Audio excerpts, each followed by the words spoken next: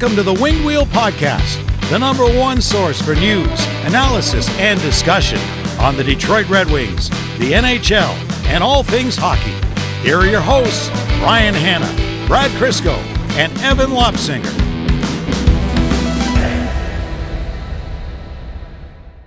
Evan, Brad bleeds. Why? He made a mistake last episode. Did he? Brad, the human encyclopedia, every ounce of his brain power just goes to knowing broadly knowledgeable to esoteric hockey information. Crisco made a mistake last episode. Elaborate. He said, and this is, I think, unforgivable. He said Carter Bear, 14th overall pick, something to that effect. Carter Bear was indeed the 13th overall pick. Close enough. Did some team lose their first round pick and that screwed the order up or something like that? Yeah, I mistook when Ottawa was getting punished. That's right. I actually think, like, in the context, I think Brad was saying, like, in the range of that pick and then offered Carter Bear as an example. Or did we record in the morning? Yes. We must have. We can't remember. We can't remember we recorded in the morning. That makes, that's an excusable offense then.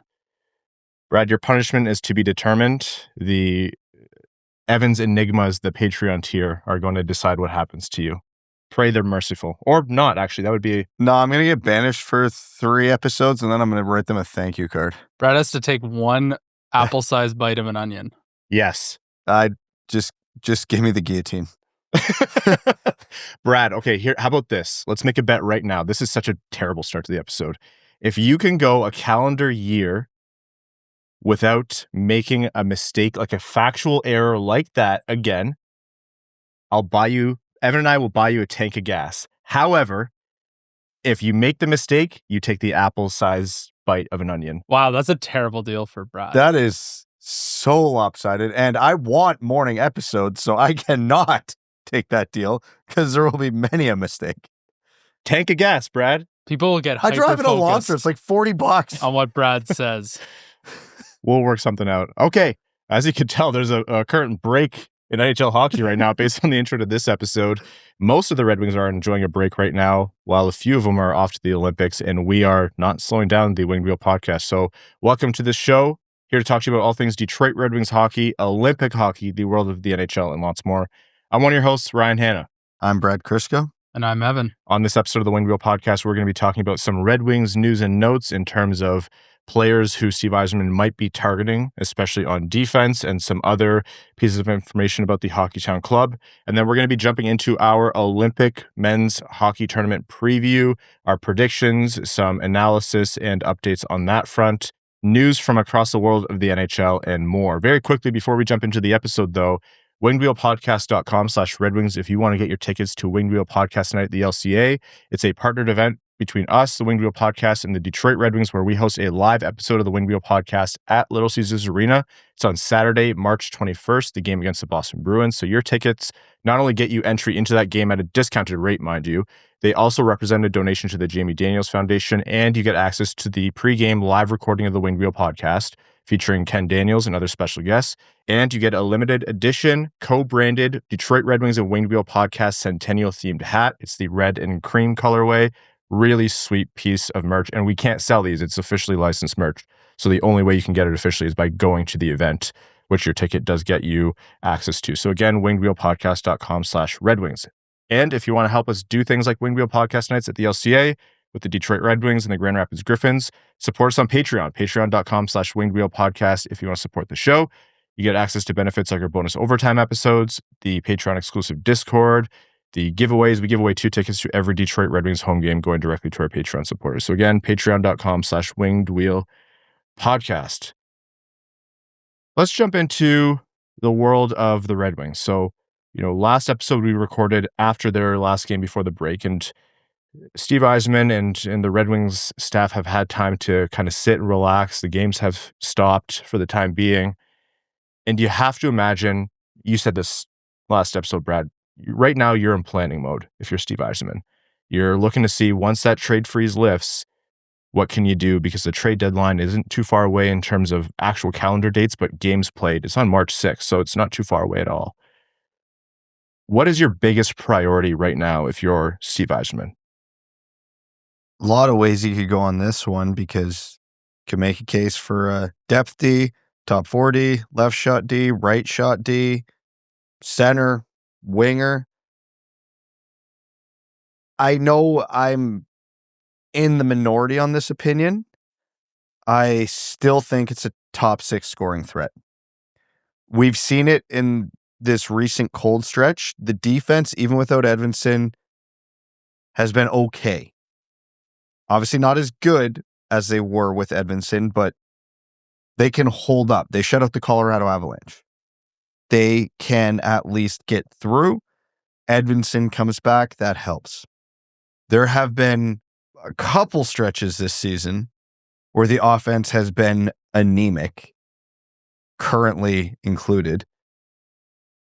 The majority of this season has been spent with only one line going at any given time.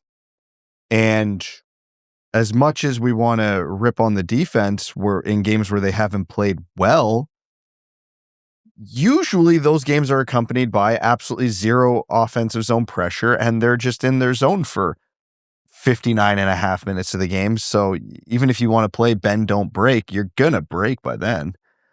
So obviously Robert Thomas would be target number 1, but Jason Robertson, Jordan Kyrou, expensive Pettersson, there are options out there.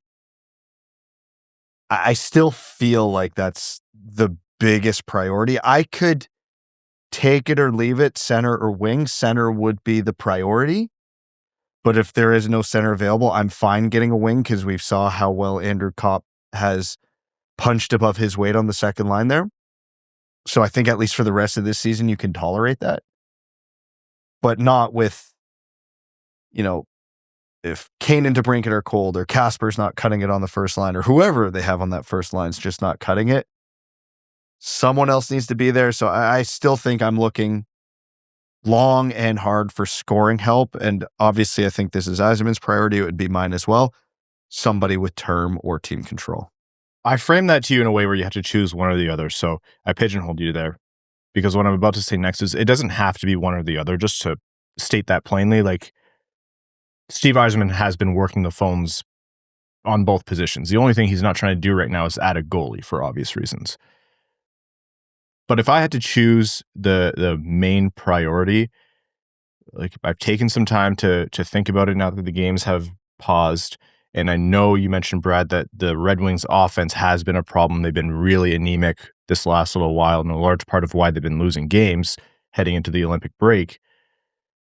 But I've kind of pulled back into I think the defenseman would make the bigger impact unless it can be the home run swing of one of the big name guys like you mentioned of Robert Thomas or Robertson or even expensive Pettersson or whatever. So aside from those cases, I think of if you can add a Justin Falk, for example, or a second pair or second-ish pair right shot D that can shelter Sandin-Pellikka when the going gets tough, or if you do make the playoffs and those minutes become even more higher leverage and he can't hang as much as the Red Wings want him to. That's, I think, the biggest net impact in terms of what's most likely to happen. The very obvious thing here is that no trade is likely to happen. It's the NHL. But if you're going to say like they're going to make a deal, within the most probable set of trades, I do think they're going to have an easier time adding that defenseman in general, knowing that there isn't an easy trade to make out there with what Detroit needs.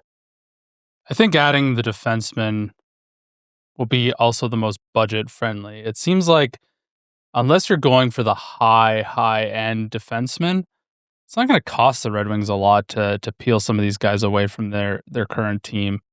Like, I think you're talking, second round pick at most, unless you find a very particularly talented defenseman that a team might not want to move on from. So if the Red Wings are striking out trying to find a forward that can really add to the production, I think a defenseman makes a lot of sense. Like you're raising the floor by adding on the defensive side. You're not raising the ceiling, but you're making those black hole nights a little less frequent. Now, something I'll add that'll push the argument back in Brad's direction is if Dylan Larkin comes back from this break and is the same as he was going into it, then the Red Wings have real concerns about what they can reasonably expect from their offense. It's probably going to be something like 1.5 lines are firing at any given time, 5-on-5. Power play is a different story. Of course, that's where the production is primarily coming from when it comes to Larkin. But he should be one of their best forwards any given night, and it's just not been the case this year, 5-on-5. And if he comes back from the Olympics and that's for one reason or another, be it injury or whatever else, if that doesn't change, then yeah, I think if you want to be serious in terms of being able to score when the game gets even tougher checking and tighter checking and more jammed up in the neutral zone, the kinds of things that really have caused problems and disrupted the Red Wings game plan this season, adding a different offensive element to the group would become a higher priority, at least in my mind. Part of, I think, the anemic offense's issues over the last couple of weeks has a domino effect going backwards to Sandin and Edvinsson being out, though. Like, being out for, 7-ish games or so, it means more defensive zone starts for your best defenseman, which means less offense being generated from the blue line. The whole unit doesn't work as well, and if you have guys on forward who are struggling, who are otherwise being supported by guys like Seider and Edvinsson, you're going to see that cascade effect. So it's not a one silver bullet answer for sure, but yeah, if things don't change with Larkin 5-on-5 after the Olympics, then I think, Brad, your case gets a lot stronger there. I think the market also makes my case a lot stronger, because when you look at least who's rumored to potentially be available, there's 3 high-end forwards with term and team control out there right now between Robertson, Thomas, and Kyrou. On defense, there's nobody that gets me excited. Again, guys who raise the floor is probably a good way to put it. Guys who are either rentals or a year and a half that might only cost you a second, third, fourth round pick. Great, but if you're getting basically the equivalent of what the Islanders did with Carson Soucy, you're giving up a third for a depth defenseman. Well, the Red Wings should do that no matter what they do at forward then. I don't know who's out there on defense that really, truly gets me excited. I'm giving up a first round pick for this guy. Get him on this team today. At forward, there's a few options that do.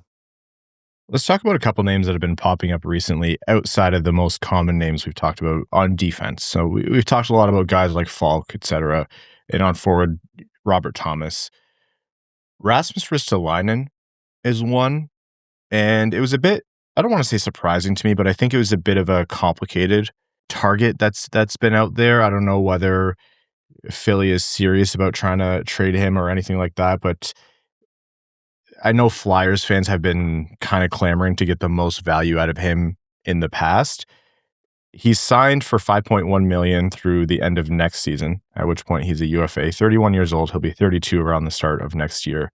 And he's had a tough go. I think he had a resurgence in Philly and really rounded out his game, became less of a wild card, more of that kind of, play tough minutes, play a hard checking game, be the steady force within your defensive depth kind of defenseman. A guy that the Red Wings, what I described, you would absolutely like to add him. A big body as well, a heavy player, right shot. For sure you want to add him. But he's coming off of a series of injuries, and he's not played a full 82 in a long time. I think the last full 82 game season was in 2015, 2016. He suffered through a torn triceps and correction for that twice now, I think, among other injuries. And since coming back, he's not really looked good at all, to put it lightly. The underlyings don't show well, and the on-ice view doesn't show well. So it's a bit of a tough one to calculate. If Philly wants to let him go for a pretty reasonable price and it's not going to cost you a lot and they're just happy to move on from the contract, then yeah, I don't really care for the cap space or the money. It's not coming out of my pocket. God knows that. So sure, the Red Wings have the room. I'm willing to see if you can't keep him healthy and then get him back to form. But if they're looking for the Ben Sherratt trade of old, where it was a first plus a later round pick plus a prospect, I don't know that I'm doing that for a guy who's been so hurt, has struggled so much through some pretty serious injury. When it comes to Rasmus Ristolainen, the player, I'm skeptical. I think in a sheltered bottom 3 role on the team, he could be okay. We know his limitations. We know his strengths. I think he's not necessarily 1-to-1, but like a Ben Sherratt type archetype of defenseman. And again, we've seen the strengths and weaknesses of that with Sherratt. I like Sherratt's defending a whole lot more than Ristolainen's. Again, if you put him on the third pair with Johansson, fine. I think they would do okay there. I don't like the idea of him on the second pair, which then doesn't solve a problem. Then you factor in the $5+ million for a year and a half. Don't love that. Well, you can always get Philly to retain, but then you got to pay a price for that. Now the acquisition cost goes up. Don't love that. There's not a lot of green arrows in this scenario that I'm looking at that really excite me. And then that's the whole. Now, I'm not saying he is or isn't, but at least based on string of play lately, I'm not convinced he's better than JBD. So at what point is it worth taking on all that extra contract and giving up assets for what might be a lateral movement? I don't see a reality where I end up loving this deal if it happens. The Red Wings can't be taking difficult risks when it comes to the depth defenseman. They just need, I feel like what they're looking for is they just need someone who can play a bunch of minutes, doesn't get in a lot of trouble, and isn't going to cost them a lot. And if Rasmus Ristolainen isn't going to be in the lineup all the time, like, you may as well trot out anybody else or look for someone else. Like, if Philly's looking to reset their defensive core, bring in some assets, like Nick Seeler is another guy on their team. Like, he plays 18 minutes a night. Like, is he worlds better or worse than Rasmus Ristolainen? Very TBD, but they're the same age. He costs half the amount of money. And if Philly doesn't want a whole lot in terms of assets back, I think that makes more sense because he is regularly playing 70+ games a season. And Rasmus Ristolainen is a big risk in that area. Yeah, I agree with the general thesis of, like, if you're going to do this in your depth, you may as well do it for another guy who you can get a bit more out of in a predictable way. And then that's going to cost you more, but that's fine. Like, we've talked a lot on the show about, you're going to have to pay for someone eventually. If you're going to concede that you need players that don't exist within the system, then you're going to have to pay for that. Plain and simple. So, yeah, you look, not a bad show to look on the same team. You can go back to guys like Falk. You can go back to, if you want to keep it in the depth but not pay like insane prices, what's Connor Murphy going to cost you? Those are the kinds of ones where they make more sense. Again, with the asterisk of, unless, Ristolainen's just being shipped out for a very low cost. But also, if you're adding in another depth defenseman, at some point you got to move someone back out from the Red Wings too, you'd have to imagine. They've attempted to find Eric Gustafsson a new team forever. Yeah. So if he's part of the, just make right by player in that scenario, then I think that makes sense. That helps move a contract out. Yeah. To me, the defense is not priority number one, but like we said, raising the floor of the defense should definitely be on the priority list. Now, Mackenzie Weegar's name keeps coming up, and I know we talked about him sometime over the last couple episodes. And I want to get a little bit of a deeper dive in terms of what you guys felt. He makes $6.25 for, 5 more seasons after this one. He's 32 years old right now. He just turned 32 at the start of January. So that's a long contract for a defenseman who's already seen his best days, but is still a very, very capable defenseman. Like, most teams would love to have Mackenzie Weegar, obviously, in their roster, but do you want to have that on your cap sheet for 5 more seasons through, 2031? So, I don't know where you guys sit on that one. That's a lie. I do know where you sit on that one.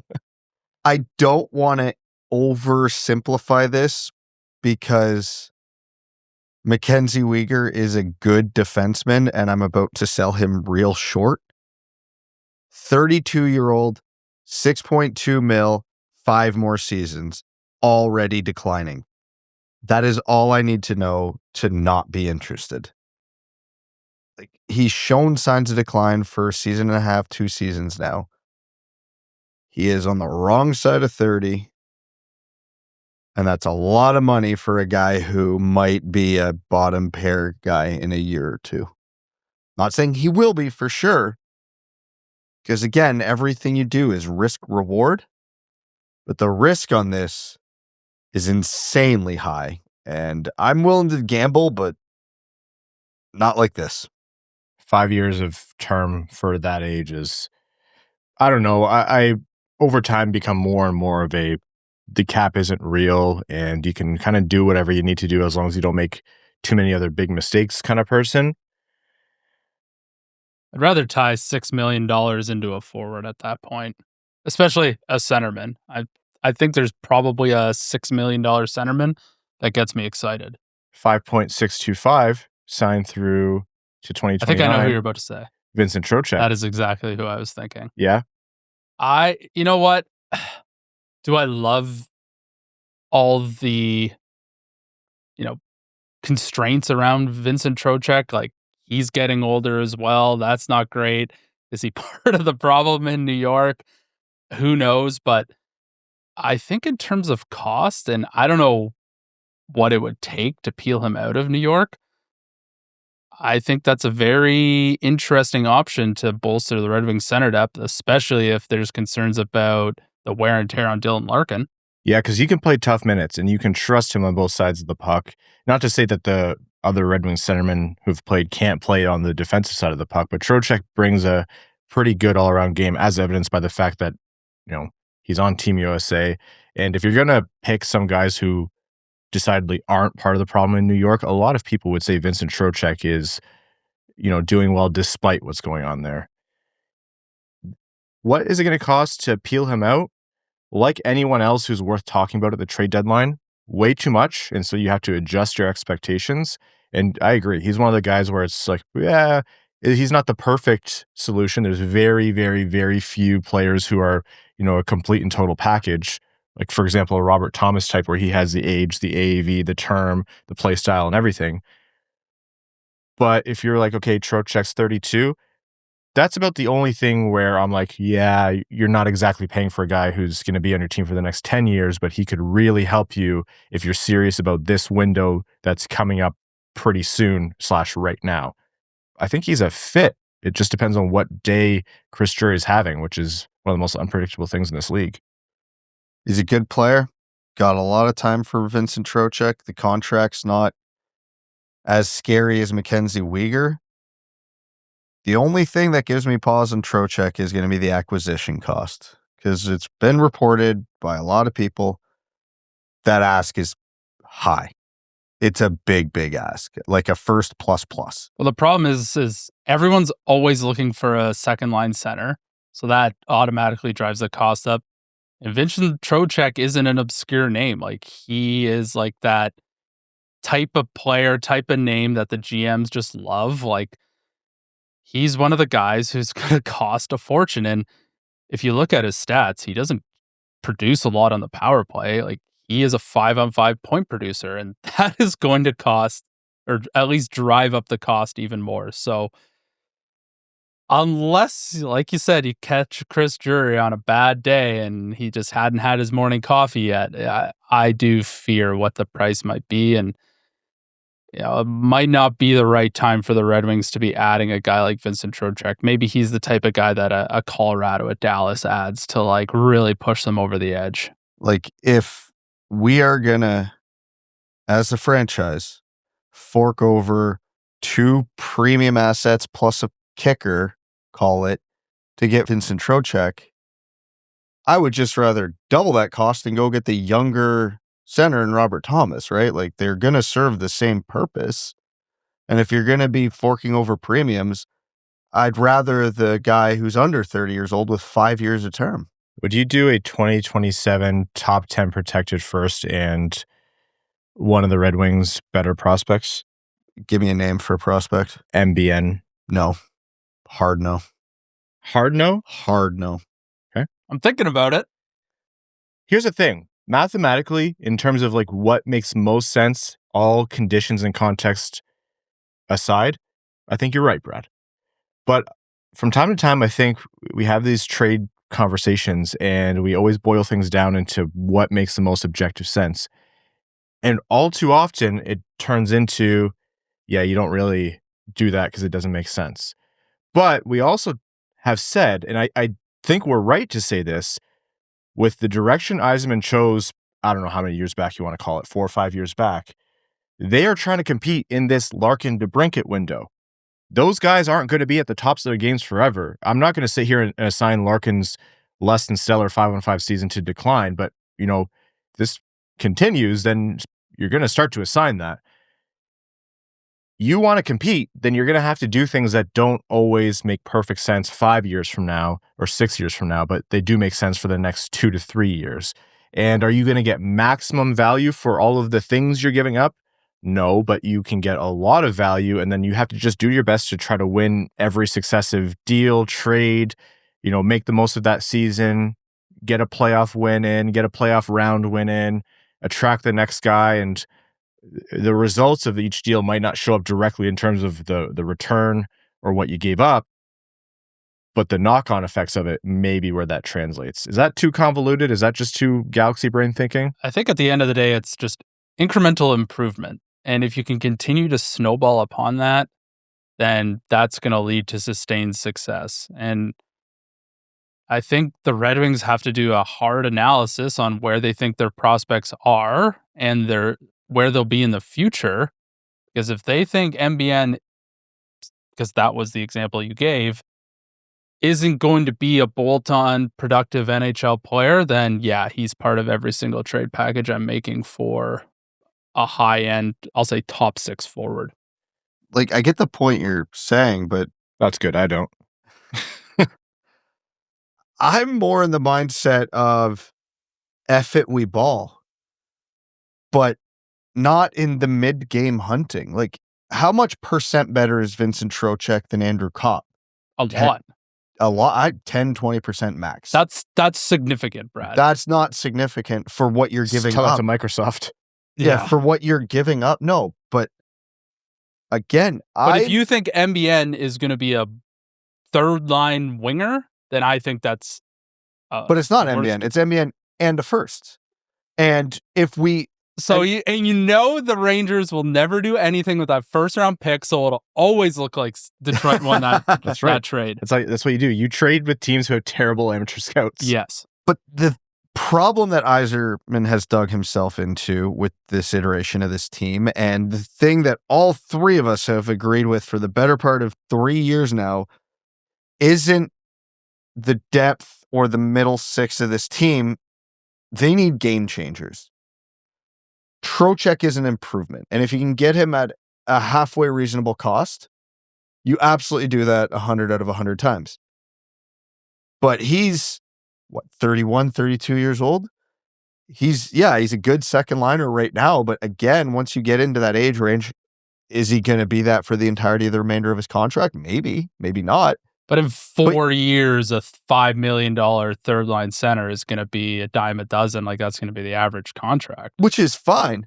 But you know what you don't find right now is Robert Thomas, Jason Robertson, Jordan Kyrou. If you one of the Elias Pettersson believers, like, I'm absolutely A-okay overpaying for needs right now. I don't want to be the guy who's can't do that trade, doesn't make sense, can't do that, doesn't make, like, ball. F it, we ball, but go big. The worst thing that could happen is everyone else in the Atlantic arms up. Like, That's good. They've had a real slow year. Like if Montreal adds someone with term, that's a big problem. If Buffalo adds someone with term, that's a big problem because the Red Wings not only need to get better within, they have to also compete against other teams in their division. And so it's not always we just have to get better. It's we have to keep pace with the other teams in our division, which might seem irrational at times. Like, why would you just do what everyone else is doing? But if you want to make the playoffs and really start iterating on this team, sometimes you have to make those moves now. But the thing is, too, again, Detroit's got a huge stable of picks and prospects, but how many of them are truly, quote unquote, premium? Like, even Detroit's vast system only has, call it a half dozen truly premium assets. And Montreal and Buffalo probably have even less. So if they go out and overpay and give up 2 or 3 of those for a Trocheck, then all of a sudden next summer, I don't know who's a team primed to blow it up, but another player that's an elite level player shakes loose. They don't have the assets or the cap space to get in that bidding war. And the Red Wings are sitting there going, okay, congrats, you got Vincent Trocheck. Good for you. We are going to trade for insert star level center here, like another Robert Thomas level player shakes loose. Like Connor McDavid. Exactly. But then now you are... Witt say that he thinks he's going to go to the Red Wings? I certainly hope that is true. Don't give me hope. But it's one of those things where, yes, it would hurt if the Red Wings lost the power battle in terms of loading up for this season. But if next season they're sitting there on this stable full of assets because nothing shook loose this year, and, you know, player X, Y, and Z are now available, and they're at the top of the list because they have the assets, the cap space. Yeah, and either way is a calculated risk. Like, do you not take the mediocre guy now? And I know that's selling a guy like Trocheck short, but do you not? He's not mediocre. He's a high-end trade piece. Yeah, but do you take the 32-year-old with like 4 years left on his contract and then risk missing out on the 26, 27-year-old? Or do you take this guy and then that 26-year-old never becomes available? I say you get both. That, in the perfect world, that is the solution. If Vegas can literally get every single player on the face of the planet to play for them, the Red Wings can also attempt to do that. The salary cap isn't real. I'm a firm believer in that now. But Evan is one. Trade assets are finite. That's the trick of it all. Here's where I kind of think as we evolve in this conversation, it's going to make both of you mad at me. One, the more I think about the amount of space on the Red Wings and what they have in terms of very good but no like elite prospects, I'm of the mind of if you have any guys where you are at all open to moving them, treat them like a mystery box and move them sooner while they still have a lot of potential in other teams' eyes. Because the moment those guys play NHL games, it's kind of like driving a new car off the lot. Fair or not, most of the times it does lose value because there's a little bit more certainty in terms of what they can or can't be. Right now, I think Nate Danielson's value league-wide is lower than it should be because he didn't have, a stellar stint in the NHL this season. And I don't think that's fair, but it's just the reality of how those guys are perceived. Meanwhile, MBN, even though he had a short stint in the NHL this season, it wasn't an extended look, and he might have an even higher value. Carter Bear might even have an even higher value. It really, you have to ship out a mystery box at some point, and that is a risk. It's a calculated risk because it's the mystery box could be a great player if things kind of go unexpectedly in terms of development for those players, but you don't have room for them all, and you got to start to make deals on guys at some point. And the other thought I have throughout all of this is it's kind of pushing me back towards Pettersson.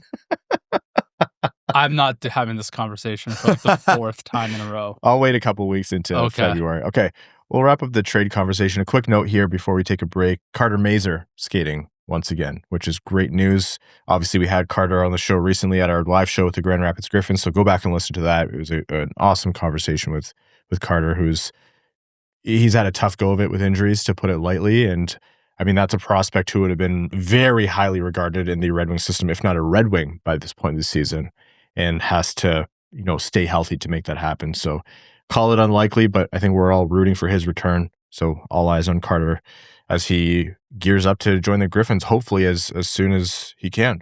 All right, we're going to take a quick break here. And when we're back, we're going to begin our Olympic preview. Back after this. We're in the thick of the hockey season and soon a playoff push, which means late nights, back-to-backs, and games that somehow always start right when you should be thinking about dinner. Between recording, watching games, and actually living life, or trying to, cooking a real meal just isn't happening for us on some nights. and that's where Tempo has been so clutch. Tempo sends fresh, chef-crafted meals straight to your door that are actually balanced and filling. Not frozen mystery food or anything like that. Everything's already cooked, perfectly portioned, and you're eating in about 2 minutes, which is huge when the puck's about to drop. We've been working through a bunch of their meals lately, and 2 standouts were the spicy buffalo chicken pasta, which had some nice heat and didn't feel heavy, and the Japanese barbecue beef brisket, which was tender, savory, and legit felt like a sit-down meal, not a shortcut. What I like is that Tempo just doesn't lock you into one lane or anything. Whether you're looking for a protein-packed meal, something lighter, or just consistency during a busy stretch of season or whatever you have going on, there's always something that fits. New recipes rotate weekly so it doesn't get stale, and it keeps us from defaulting to takeout during those long hockey nights. For a limited time, Tempo is offering our listeners 60% off your first box. Go to tempomeals.com/wingedwheel. That's tempomeals.com/wingedwheel for 60% off your first box. tempomeals.com/wingedwheel. Rules and restrictions may apply.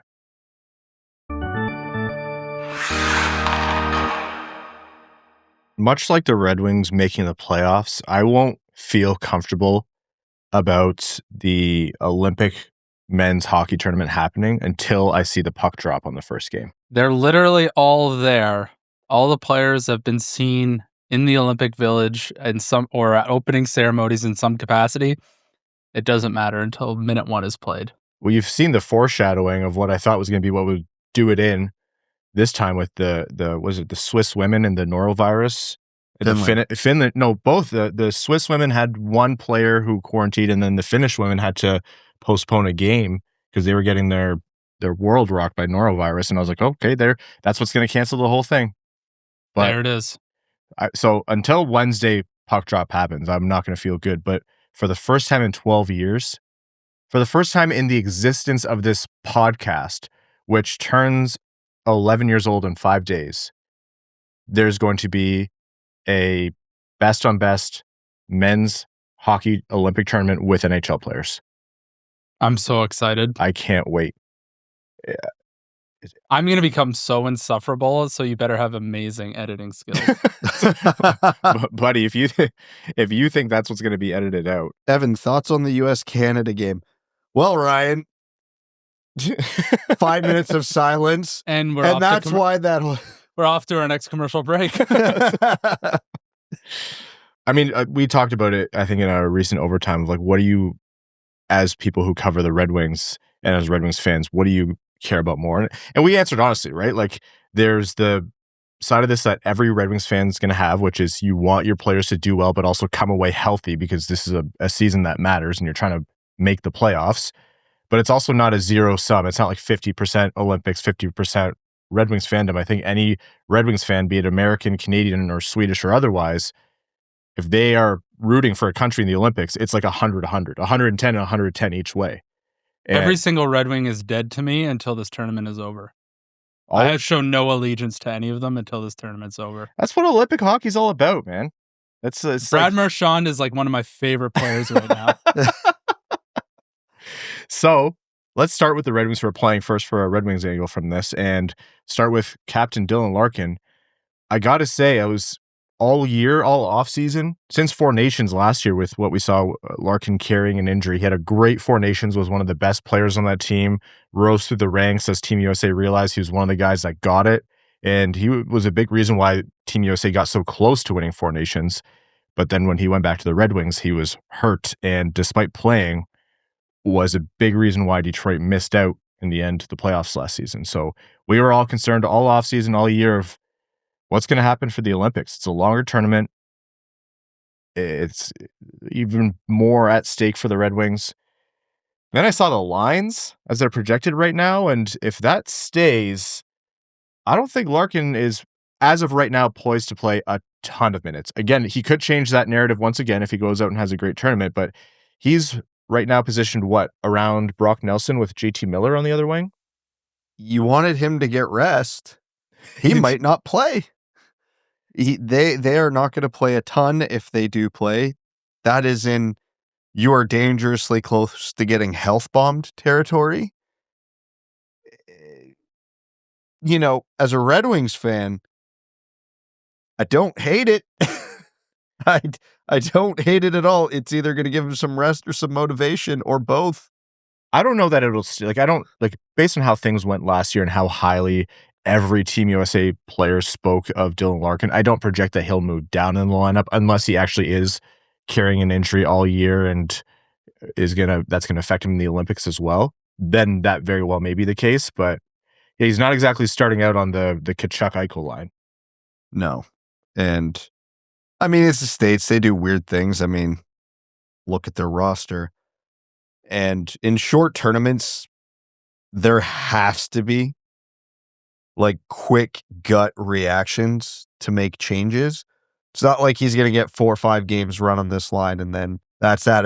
If they have one bad game, deck chairs are getting shuffled. So that could be good for him. That could be bad for him. So I'm not trying to read too much into it now, but yeah, it was a little surprising to see him that low. And then you remember how he's played this year and it's like, no, yeah, that's about where he should be. It would explain a lot if he stays down there. You're like, okay, yeah, he is carrying some kind of injury and just didn't want that to cost his Olympic spot.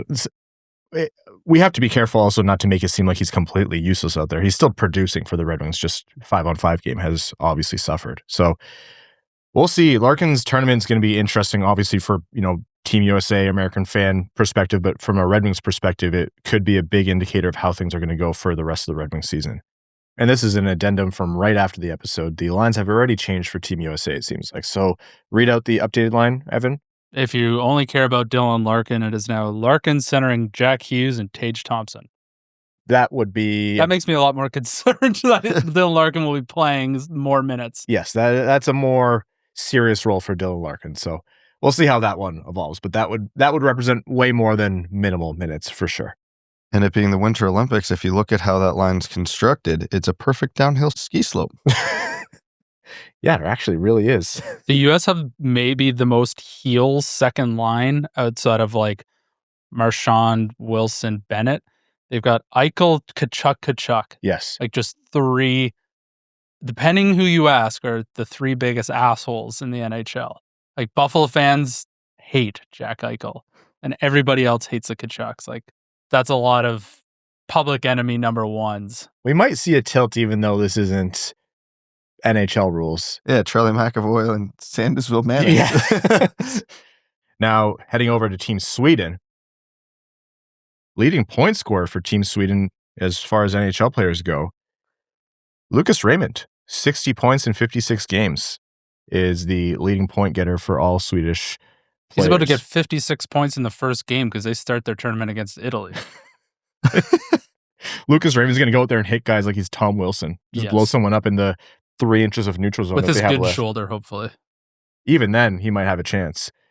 Lucas Raymond's going to have a big role. Again, same injury concerns where you're like, just stay healthy. The shoulder thing especially. But I remember every single time Lucas Raymond plays on an international stage at this point, people seem to discover him more and more. I don't think he's a secret exactly in the NHL, but there's going to be another round of that, I think. Unlike Larkin, Sweden, has been devastated by injuries, and they don't have the depth that the States do. So Raymond's going to be leaned on heavily in this tournament. So that, again, maybe builds some confidence for him, gives him some more responsibility, gives him some big time experience. Because we keep talking about the Red Wings just need to get to the playoffs to get experience and stuff like this.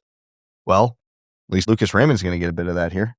And I think he'll, like you said, chemistry is everything, right? And at the Four Nations, I think it was him, Jesper Bratt, and Eriksson Ek was like Sweden's most productive line. So if you know that line has had previous success, they're going to lean on them very heavy, very early while they tinker with the other lines. Heading over to Team Germany, if you think there's found minutes in rest for Dylan Larkin, I promise you the opposite is going to happen with the Germans and Mo Seider approaching 30 minutes, reaching 30 minutes some nights in Detroit, and that's going to seem like a cakewalk compared to what he's going to have to do for the Germans. I saw a stat today for Team Germany. It was their top 6 scorers in the NHL, and there's Draisaitl at the top with 1 billion points, and then Tim Stützle with 1 billion points, and then Peterka and Seider had a boatload of points each. I think the next guy was Nico Sturm, who had 9. Yes. So I think you can glean pretty safely the 4 players Germany is going to be really leaning on. And of those 4, only one of them was a defenseman. Yeah. He might play 52 minutes a game. Germany might look decent coming out of the group stage, but once they run into the teams that have the super depth, even the medium depth, they're going to really struggle, and Seider's going to be playing. I will be interested to see how many 30-plus minute games he has. I think it might be the majority. There might even be a 40-minute game in there. Please don't do that. Please don't do that. The guy has an Ironman streak going. Hey, I'm knocking on wood right now. Please don't do that. Hey, listen, we all love a Cinderella story, but he's going to get his rest during the semifinals and finals. Okay, you say that. If Evan asks for an extremely hot take again, just stay tuned. And then with Latvia, not a Red Wing, but a Grand Rapids Griffins, Edwards Traumax, representing the Hockeytown organization over there. So credit to him. So the Olympic groupings are as follows. Group A is Canada, Switzerland, Czechia, and France. Group B is Finland, Sweden, Slovakia, and Italy. God help you, Italy. That's brutal. Well, usually the hosts get scheduling perks. I guess what not are the this opposite? time. This is a punishment for being so late on the arena. And then Group C is the United States, Germany, Latvia, and Denmark. The tournament starts on Wednesday. Obviously, we're going to be giving you updates as we go, but with that in mind, let's make some predictions. Why don't you go? Let's do the easy ones first, or the standard ones, I should say. Gold medal, silver medal, bronze medal. Who do you have?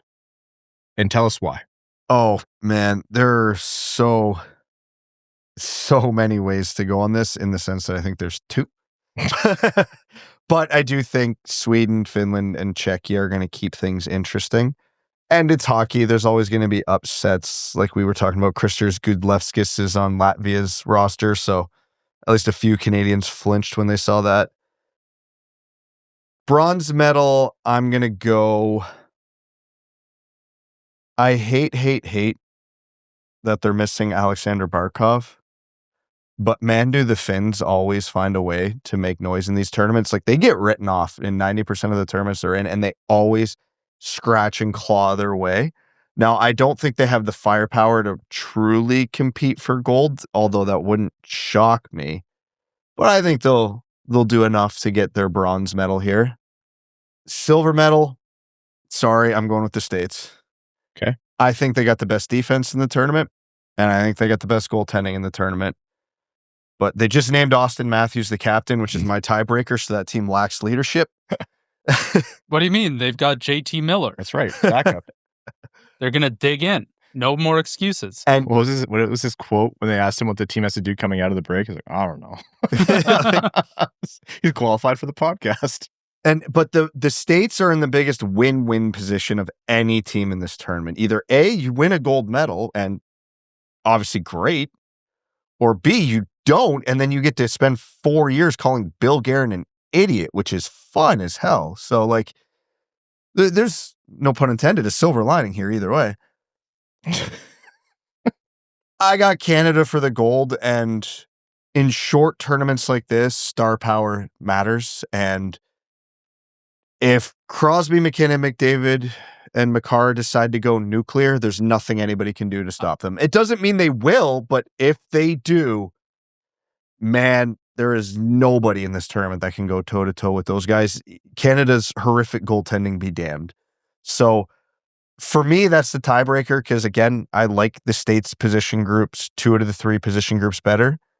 But I don't see the game breakers on the States like I see with those 3 or 4 guys that Canada has. First and foremost, Italy taking home gold. Right? Naturally, I don't know why you waste our time with the obvious, Evan. Yes, my apologies. They take out Russia in the gold medal game. Yes, that's right. Somehow snuck their way in. Kucherov's like, I should never have said anything. This tournament is going to be a lot of fun. And I think for me, having the patriotism come out is going to be both annoying, but also great. If gun to the earth, these are my predictions, and I think I'm just outrageous and just full of, maple syrup and moose blood. But I'm gonna say Finland over the States in the bronze medal game. Okay, you don't even have the States making the gold medal game. Interesting. They're barely gonna make it out of their group. They've got a very difficult group in Germany, Latvia, Denmark. The U.S. have the easiest group, and they get the luxury of being able to tinker and not really have to. Like, they don't have a risk of losing a game in their group. Like, they are going to come out of their group stage in great position. They'll have a better understanding of how they're going to run their team. This is more so me just being an idiot and being a homer than anything else, but Finland are always greater than the sum of their parts, and I honestly can't say that about the States. It always feels like they have some individualism. Same thing I would say about the Canadian junior team. A lot of individualism there as well. Is Finland a better team than the United States? Absolutely not. But when it comes to putting on their country's crest, they somehow just find a way. And I always find it very difficult to count the Finns out. And then in the gold medal game, I will have Canada over Sweden. Like, I think Sweden has a very similar MO to the Finns. When they put on their crest as well, they always are greater than some of their parts, and they are a very strong team as well. Yeah, they're dealing with a lot of injuries, but I think they've got a very well-rounded group, and anything short of gold for Canada, I think it will be a complete failure. They've got their best team other than goaltending that they could put out, and they got the dogs. They got the dogs, and Nathan MacKinnon's going to be shot out of a cannon when it comes to any of these games. So it feels like a fool to bet against Crosby, McKinnon, Makar, McDavid. Like, those are the best players on the planet, and they are the ones who always want to get it done. So I go Canada, Sweden, Finland. You think with the Olympics being in Italy and all that pasta being around, that it's just going to bring a new level of anger to Nathan MacKinnon we haven't seen yet? He's going to be like, they have cigarettes for breakfast? Is it between the cigarettes, the pasta, and the fact that they won't serve him his dinner until like 9:30 at a minimum? Italy is PM? so lucky that Canada's not in their group, because MacKinnon actually would just have 56 points in the game. Yes. That would be oh man. Pure rage. Not Players are out there smoking in warm-up. So first and foremost, I think you're getting the most candid and fun version of Evan you'll ever have. For those of you who want to know, he really is full of maple syrup at all times. So the fact that it's now also the moose blood, like, he's fired up. My predictions, I want to start going back to something you said, Brad, where it feels like a two-horse race, but Sweden and Finland always make it interesting. I think I get what you're saying, and I know you didn't mean it this way, but I think that's selling them short, because those are two teams who can win this tournament, and I truly believe that. It just feels like it's not like they got worse. It feels like, I mean, there's injury and, Finland missing Barkov and what have you. It just feels like with how much Canada and US have loaded up in this tournament, that's why I think ultimately I get your point, and you're right, because I do think it's those two teams, at least on paper. How do I think it's going to go? I have a hard time doing this, because I think that's a team worthy of being in the gold medal game, and they're poised to make you look stupid, but I have Sweden winning bronze over Finland. I really want to put Sweden in that gold medal game. I really do, because I think they could do it on paper and in terms of how they come together, like you said, Evan, to be greater than the sum of their parts, which are that's already a really high sum. But I'll say Sweden over Finland in the bronze medal game, and it's tough with Canada and US.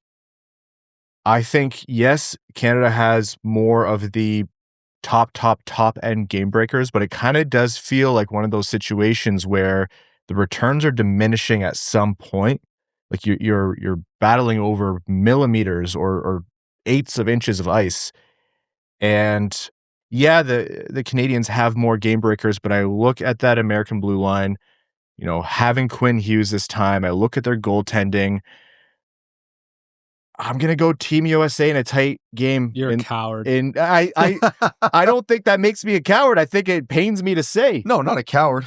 A traitor. A traitor, that's right. So that's But also consider this. I predicted the same thing for Four Nations. So maybe I'm just out here. Yeah, the team that didn't make any changes, that lost in the gold or the finals or the gold medal match, whatever you want to call it, they already made no changes, so they'll lose again. And maybe that's my point, Evan. Maybe I'm just trying to, I'm not trying to tempt the hockey gods. But honestly, it does horrify me as a kid. Like, we're sitting here as Canadians. I look at that blue line and I look at that goaltending. The only saving grace here, and this The is Canadians aren't looking at the U.S. roster. They're looking at themselves. And they're like, how can we be the best team? They don't truthfully care. I think they're looking at themselves and that they're looking at their goalies.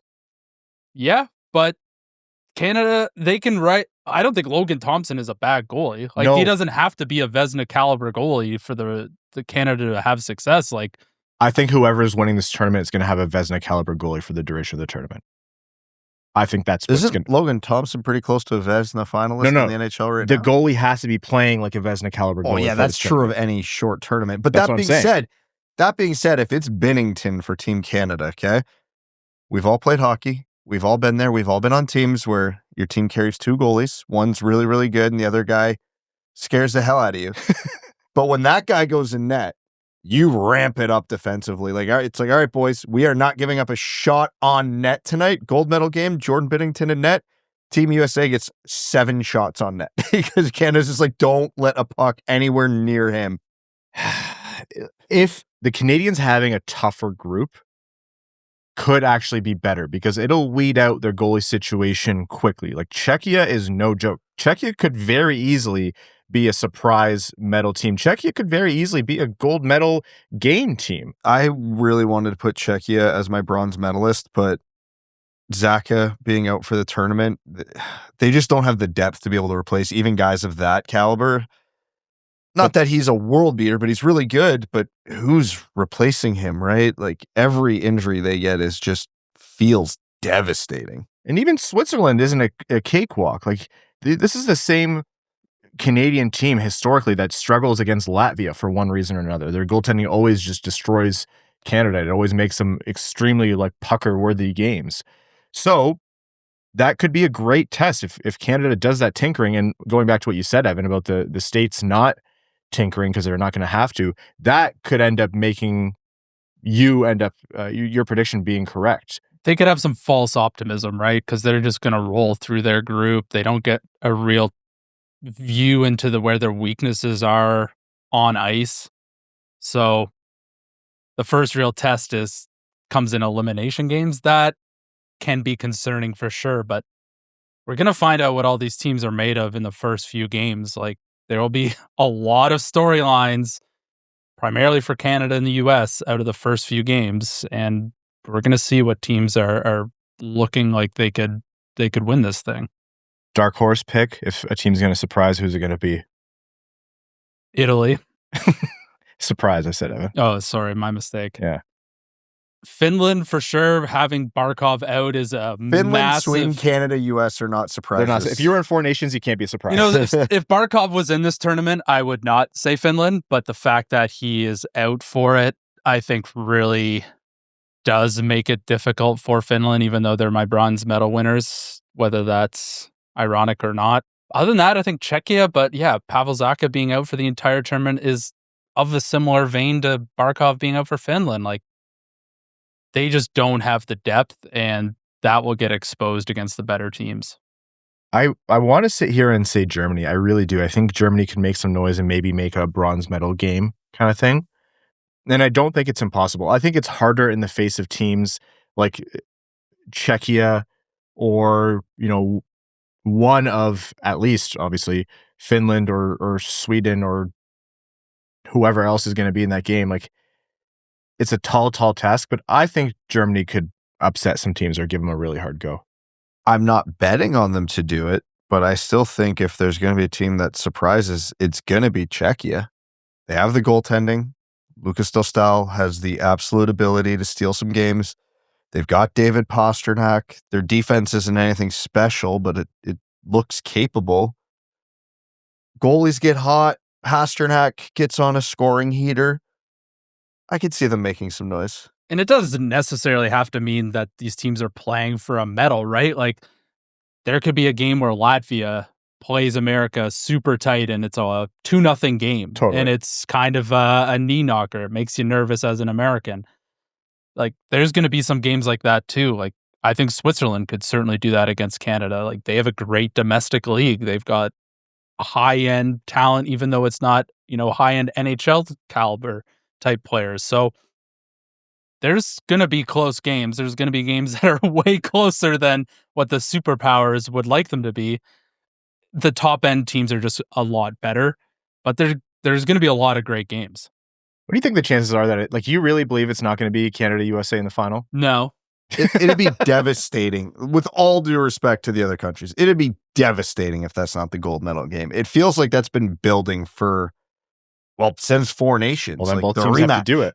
Then go make Sweden and Finland not a problem. And I'll tell you, those aren't going to be easy games. Do you have greater confidence that Canada or the US, if you have to pick one of the teams not making the gold medal game, which team are you betting would not make it? The US, they don't have the... I said this as a joke, but genuinely, they don't have the leadership.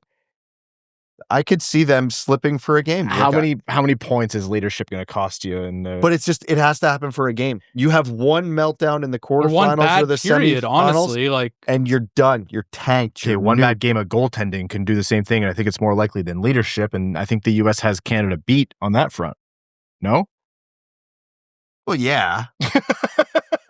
You're arguing top 5 goalie versus a top 10 goalie in my opinion, and I think the Dogs just will not allow that to happen. Where's the gap bigger? And I am saying this to be an asshole because it's funny to me to phrase it this way. The gap from Connor Hellebuck to Logan Thompson in terms of goaltending, or the gap as a leader from Sidney Crosby to Austin Matthews. You're right. That is what's the closest sun? How many billions of light years away? That's what it is. The next sun after that. Yes. But answer my question. Canada. You think Canada's more likely to miss? If you had to pick one of the teams to miss, yeah, I think the team that has a bigger question mark in net of the two. You're crazy. I can't believe I've spent 11 years doing a podcast with you. This is the shit you say to me.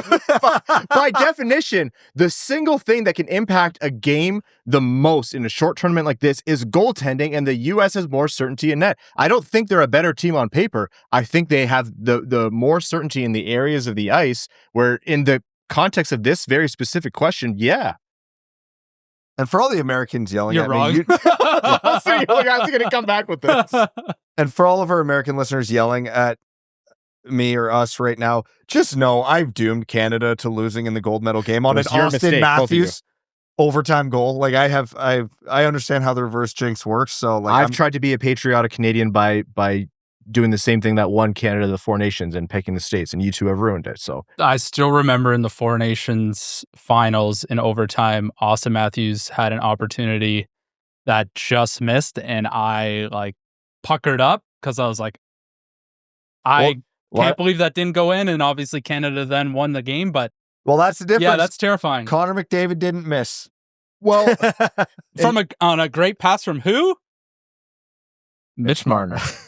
Evan's second favorite forward next to Elias Pettersson. All I know is I'm not like Evan in the sense where whoever wins, I'm going to be on line either bragging or starting fights. I do that for fun, but it has nothing to do with patriotism. It's usually just the Bills. Whoever wins between Canada and the US doesn't matter for one reason. That is going to be the greatest 24 hours in hockey Twitter history. Oh yeah. I don't know if I'm going to hit send on anything. I'm just going to sit back and observe. No, this is quite literally, the meme of the little girl smiling in front of the house fire? Yes. That will be me enjoying I don't care which country's crapping on the other country. The discourse is going to be otherworldly. So during the course of the discussion, at least one of us has pissed off all the American Winged Wheel podcast listeners. At least one of us has pissed off all the Canadian Winged Wheel podcast listeners. And all three of us have been pissing off the other countries for just ignoring them. Have pissed off the Swedes. Yeah, our Swedish listeners. So, with apologies. This is going to be the most insufferable 2 weeks if you make it through this. We really were a close-knit group of individuals. And remember, after this, it's all about the Red Wings. But for now, it's the Olympics. Okay, very quick NHL notes here before we jump into overtime. An addendum on the Panarin discussion from last episode. Right after we hit publish, it came out that Seattle actually had a north of $14 million per year contract on the table for Panarin. So one, he left a lot of money on the table to go to LA, and two, it seems like some teams are about to get buck wild out there. Yeah. What did he say in his intro press conference? He said Patrick Kane was messaging him every day, to try to get him to come to Detroit. And he was joking. He told Kane no only because he hates him.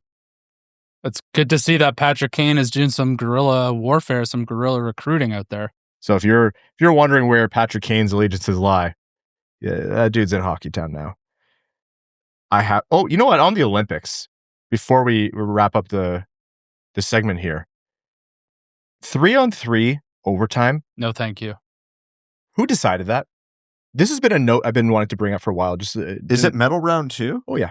Oh, gold that's so medal dumb. game, 3-on-3 overtime. Well, Terrible. you've just doomed that to happen now.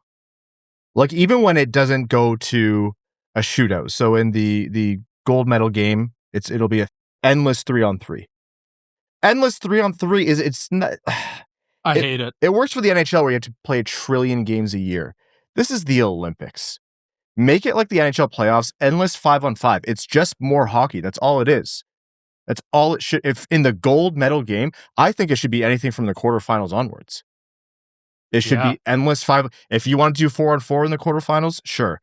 But medal games, It's terrible. 3-on-3 shoot. Oh my God. Who decided this? Careful with your complaining, because you know how IIHF works. They're going to be like, oh, the fans don't like the 3-on-3? Okay, we'll change it. Straight to the shootout. Oh my God. Everything with this Olympics scares me for the next one, because what should happen is the NHL should have more control over how things are prepared so that you don't have a neutral zone that's as wide as Brad is tall. Don't tell me that neutral zone doesn't look different. It looks miniature. The guys are going to play on it all the same, and they're going to adjust, and it's still going to be, Olympic hockey tournament, but they didn't make the ice right. 3-on-3 for, gold medal. It's a pickup game. That's what it feels like. The NHL should get more control, but it does scare me because I'm like, I just don't want the NHL to use this as an excuse to not go, because they're like, oh, well, we have the World Cup of hockey and then we don't need the Olympics. That's my only concern. Last NHL point here, flipping back, Charlie McAvoy. He looks like a dog that ate a bee. He looks like the kid that Gavin McKenna punched. You know that stupid filter online? It's like the Giga Chad filter that people put on videos. He kind of looks like that. No, clean hit. No suspension needed. No supplementary discipline for a Florida Panthers player.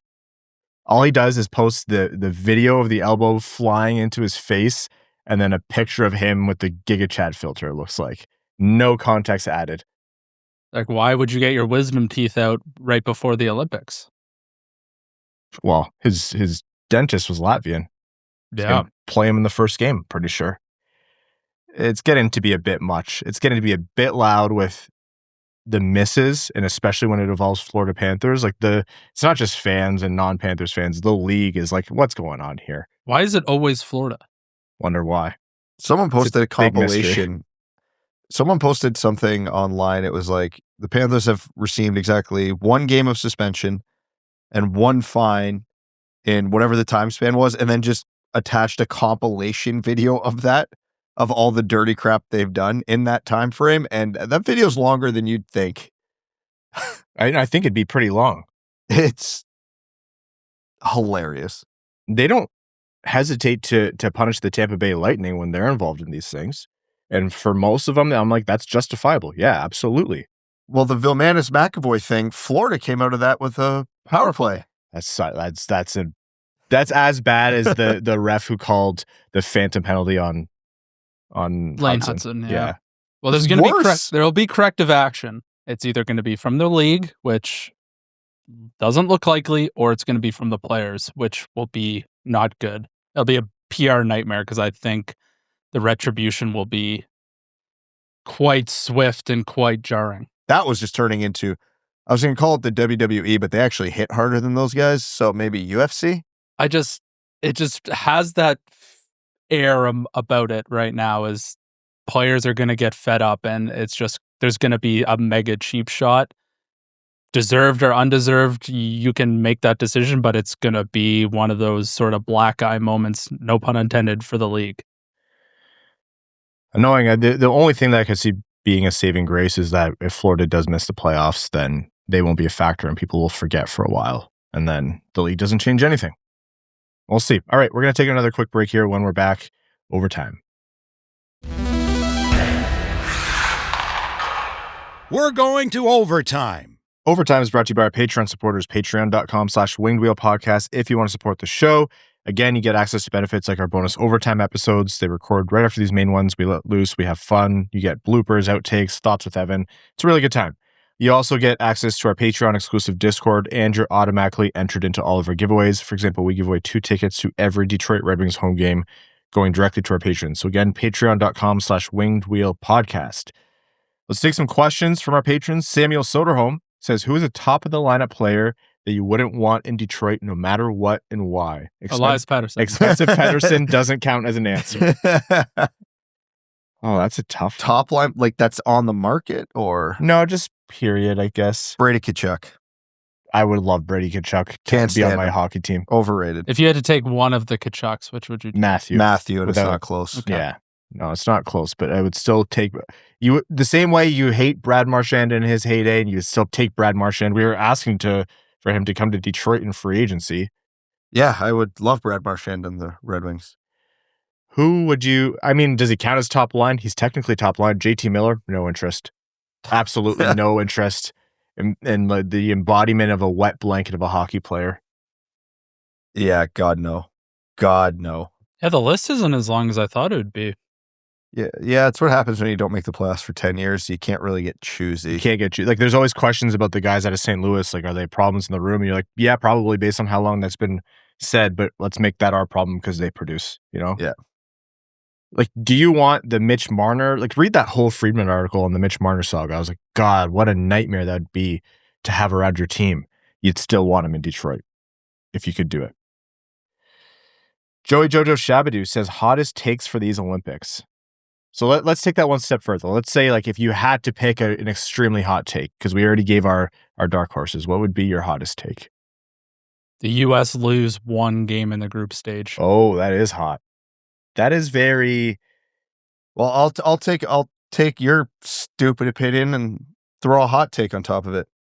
Neither Canada or the U.S. makes the gold medal game. Oh, That would be crazy. that the victory laps of all victory laps that presumably the Swedes and the Finns or the Czechia fans would be able to take on the rest of hockey Twitter would be so glorious for them, and they should never stop doing it. I wouldn't even feel that bad, to be honest. Like, it would obviously suck as a Canadian, but, you know, it's kind of wholesome. It almost It feels is. like, yeah, I'm happy for those nations. Okay, if I had to pick an absolutely insane one, I would say one of Slovakia, Germany, or Switzerland is in the bronze medal game. Yeah, that would be pretty wild, too. And this isn't Slovakia of old. Like, there's not the kind of firepower that team used to have. I mean, in our lifetime, Belarus made it. It's possible. All right. Moving on here, our next question from Jack's dad says, if, God forbid, one of our Olympic-bound players gets more than a nagging injury that sidelines them for a significant amount of time, how aggressive does Yzerman get in terms of bringing someone in to keep the playoff push going? Well, it depends. Like, if Seider is missing an extended period of time, like, We're done. knock on wood, like, that's Just pack it in. There's nobody on the market that's replacing him. funny enough. I think any one of the 3 of the Red Wings players who are there, if they miss an extended period of time, then that's kind of it. The only one, if you're going to absolutely stretch and say you could still salvage something, is if it's Larkin. Because you've kind of already seen what the team can do if he's slouching a little bit. But 5-on-5, then the power play goes away without him too, for sure. So I don't even think that's like a reasonable answer. But if you had to pick one, yeah, they already are kind of missing Larkin a little bit. Yeah. If you just have to, like, survive for 3 weeks, sure. Then, yeah, you can probably get away with. But you're not making a trade for 3 weeks. No. Deal ceiling conditional 4th-round pick says, would the price for Thomas be higher at the deadline or in the offseason? Deadline for the urgency. But you do get an extra playoff run out of him. Yeah, that's so why the you're price- going to pay a little more, but it's probably worth it to pay a little more. But that's when the price is higher. Motown Cider says, is it a challenge for Yzerman this trade deadline going to be comparing the defenseman available to Albert Johansson's ceiling?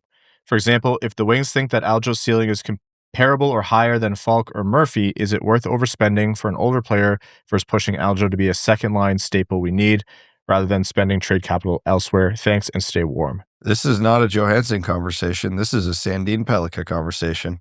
And it's not about Sandin-Pellikka's ceiling. It's about what is he right now. Johansson's not going to be a top pair defender, barring something miraculous happening. And so he's going to be moving around the second and third pairs for the rest of his Red Wings career. That's just how it's going to go. And that's fine, because it's not like you can adjust the minutes as you need. He's kind of a utility guy that way, and demonstrating that he can play both sides to varying levels of effectiveness.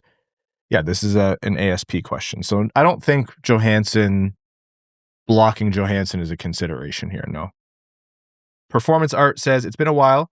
How scared are you that we get back injured players? I love Olympic hockey, but I'm terrified we get back players who are exhausted and hurt. Horrified. Like very, very, very horrified. The only reason why you don't talk about it more is because it's for the greater good. And yeah, if the choice is having NHL players at the Olympics or players being hurt for your team, if that's the cost of that happening, then that's what I'm willing to live with. Like we grew up with, I know there's a long stretch of time without NHL players at the Olympics, but in the previous generation, this was part of it. Like this was part of your preparation for the season and for the attrition of the season, and how hard hitting and how much of a grind the NHL season was also, if you're one of the best players, you're playing international best on best hockey. And the players want it. Yeah, of course they do. Every single one of those players makes Evan look downright tepid in terms of how excited they are to be playing. And they aren't thinking, oh God, this is so much better than, the Stanley Cup push I hope to make when I get back to Edmonton or Colorado or Pittsburgh. They're not thinking about that at all right now. It's the same thing we said at the top of the Olympic segment. It's like it's 110% for both things, but this one just hasn't happened for most of these guys' careers. There's guys who've missed the Olympics in their career in general. Like, think of guys like Steven Stamkos. Like, yeah. His time to represent his country has basically come and gone because international hockey and the Olympics just could never see eye to eye. So, and his injury and being injured, right? So, for a lot of these guys, this is either their last chance or their first chance, and that is what is going to motivate them to play as hard as they can. Like, talk to Connor Bedard right now and ask him, and he has to be honest. You gave him some truth serum. What is the one thing that's bothering you most right now? It's that he's not in Italy. Guaranteed. Yeah. You think that kid wants to win a Stanley Cup in Chicago? 100%. But he is more bothered right now than anything that he is not there alongside Macklin Celebrini to start the next generation of Canadian Olympians. Okay. We're going to take one more quick break here, and when we're back, some housekeeping items, and we'll let you know what's going to happen with the Winged Wheel podcast over the course of the NHL break back after this.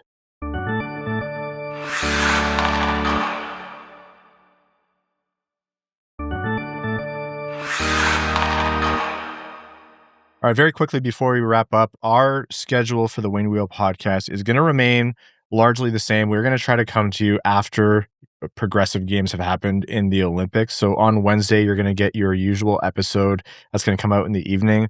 The episode you're going to get on Sunday, the 15th, is going to be a pre-recorded episode. It's going to be a Red Wings roundtable featuring Max Bultman and Prashanth Iyer. So we're going to do our roundtable that we try to do around this time of year as like a State of the Union for the Red Wings. That is going to be pre-recorded, so it's not going to have Olympic updates in it. And then we'll be back with you with a normally recorded episode on the 18th in the evening. So you're going to get some updates during the tournament, especially as the tournament, gets to the medal rounds. But then the next Sunday is going to be that pre-recorded episode. So you're still going to hear the Winged Wheel podcast at the usual interval of twice a week. So just because the NHL goes away doesn't mean we do. All right, we're going to wrap this up. We'd like to thank all of you for tuning into the show and all of you who support us. Patreon.com/wingedwheelpodcast if you want to go above and beyond and allow us to do what we do. And if you want to help us out, but you're not really into the whole Patreon thing, that's totally okay. You can support us just by subscribing wherever you're getting this podcast, or even more than one place, YouTube, Spotify, Apple Podcasts, wherever you can. It really does help us. Leave a rating or a review on the show. Both of those are huge helps. The stars, the thumbs up, the heart, the like button, share it with a friend. That is a big, big impact for the Winged Wheel podcast.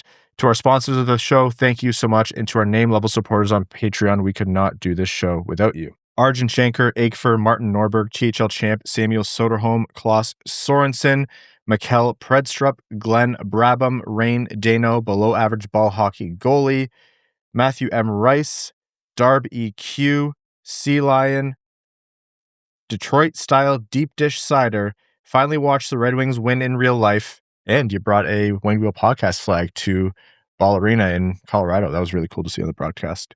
Hassam Al-Qassem, Asher Killian, Kalen Wood, Alex Toger, that's what I appreciate about you, Derek Enstam, Matt McKay, Andy Hardcore, Sam Bengtson, Citizen High Five, R.A., Aaron Hudson, Admiral Matt S. the Cheesebag Navy, the El Cato, Stephen Ortlieb, Jonathan Miller, Give Blood, Fight Probert, DJ Denton, Carl, Britannia Nanaluski, Raul Pudd, Jay Gollum, Settlers of Catan, Stan, John Ingalls, Alex Bonilla, CB55, Connor Scovey, Adam Zuiza, Adam Rose, Denny's Gamer Girl. Welcome back, Denny's Gamer Girl. Drinking Bailey's from a Shoe, Pucking Puck, Hockeytown Matt, Mr. Kuzi, Chaotic Monkey, Craig Kibble, Iserplan Stan, Clip Clop Nene, Podgy 713, Unapologetic Gibson Truther, Griffin Not from Grand Rapids, Winter Knight, Marty, Kazi the OG13, Jeff Pridemore, Eric Hill, Butts Carlton, Best James Bond, Beer League Legend, Alec, Mark Hernandez, Slim Smitty Cards, Grand Rapids Girly, Anna Sleeman, William, Mike Asher, August, Brian Munn, Improved But Flawed, Chris 99 Jones, Trevor Centerfit, Adams Red Wings Takes, Kurt Chin, Adam Ernie Slander, Kachuk Brothers, Elephant Walk to Church, Daniel Morosky, General Andy Bohan of the Cheesebag Army, Quaz, Dylan Larkin, Trade Sacrifice, Play Freebird, Banana is Larger, Matt Keeler, Linda Hull, Connor Layton, Good Cop, Brad Cop, Josh Yelton, Brad Simmons, Darren Fick, Bex, The Hodag, Dear Thrustmaster, Pervert, and Christmas Fetishist with tinsel on his wheel stand, Race Me on GT7, I'll lap your hairless ass, 200-foot/high compete. You really shouldn't have said anything about the Thrustmaster. Maximilian, Commander Ben Baron of the Cheeseback Space Force, Sandin-Pellikka's Pet Pelican, Griffey Boy, JM Rhapsody, Frank Stanley, Rosie Posey, that other guy, Tom Iserplan Respecter, Carl Thames, Nerno, The Hat 123, Steven, brand new name level sponsor, A. Ron, Corey Prida, All Motor No Hands, Gene Sullivan, Stinky Britches, James Pridemore, Upernadian, Adrock Jablonski, Drop the Puck, Eric Nance, and Stanislavski, Jim, Bellingham Massive Balls, Wings fan in St. Louis Scott, Lucas Raitmond, Cops, Gump Lip, Trent Thorough, Grepsky, Evan Beckner, C.E. Hayes, Finney to the Rafters, Jacob Marsh, Falkness, Fight Night at the Joe, Axel's Sandy Pelican, The Octopi's Ninth Leg, Finney the Pooh, I'm Evan, you're Evan, we're all Evan, Cassidy Hart, brand new name level supporter. Welcome, Cassidy, to the Dub Dub Club, and your second favorite patron. Thank you all so very much. We'll be back with you on Wednesday. Thanks for tuning in to the Winged Wheel Podcast. Be sure to visit wingedwheelpodcast.com, where you'll find links to subscribe to the show on Apple Podcasts, Spotify, YouTube, or wherever you get your podcasts. You'll also find ways to support the show, like Patreon, official podcast merchandise, and more. And don't forget to follow us on X at Winged Wheel Pod, at Ryan Hanna, WWP, at Brad Crisco, and at Hockeytown Evan, as well as Winged Wheel Podcast on Instagram.